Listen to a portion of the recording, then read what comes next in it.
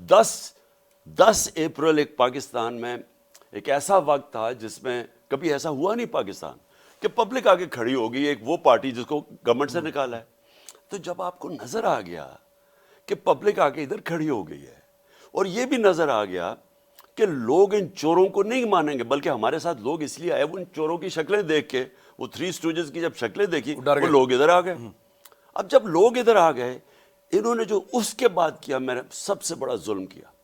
جو انہوں نے 7 مہینے ہمارے اوپر جو تشدد کیا, ہمارے اوپر جو انہوں نے جس طرح کی آپریشن کی, میں آپ کو یقین کراتا ہوں کہ جو 25 مئی کو ہوا وہ لگ رہا تھا یہ مقبوضہ کشمیر ہے, یہ پاکستان نہیں لگ رہا تھا.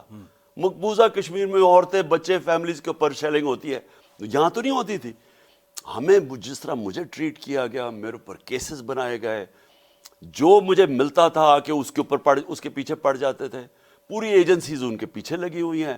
ہمیں تو جہاز کوئی نہیں ملتا تھا, لوگ ڈرتے تھے, ہمیں رینٹ پہ جہاز نہیں دیتے تھے. وہ تو شکر ہے میرا دوست دان اسد امریکہ سے آیا, اس کے جہاز اگر نہ ہوتا میں تو ٹریول ہی نہیں کر سکتا تھا.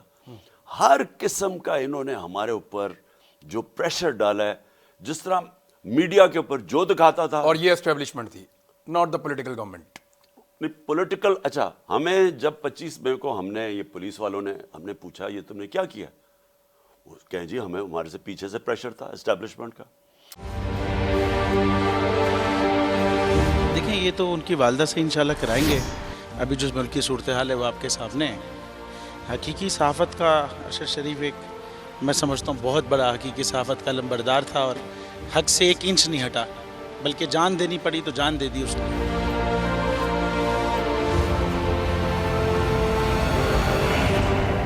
تو یہ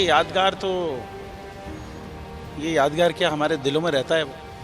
یہ تو صرف ایک دستک دیتی رہے گی یادگار. میں سمجھتا ہوں کہ جو رکے تو کوہ گراں تھے ہم, جو چلے تو جہاں سے گزر گئے, رہے یار ہم نے قدم قدم تجھے یادگار بنا دیا. یہ ارشد شریف کے لیے میرے خیال ہے لکھا گیا ہے.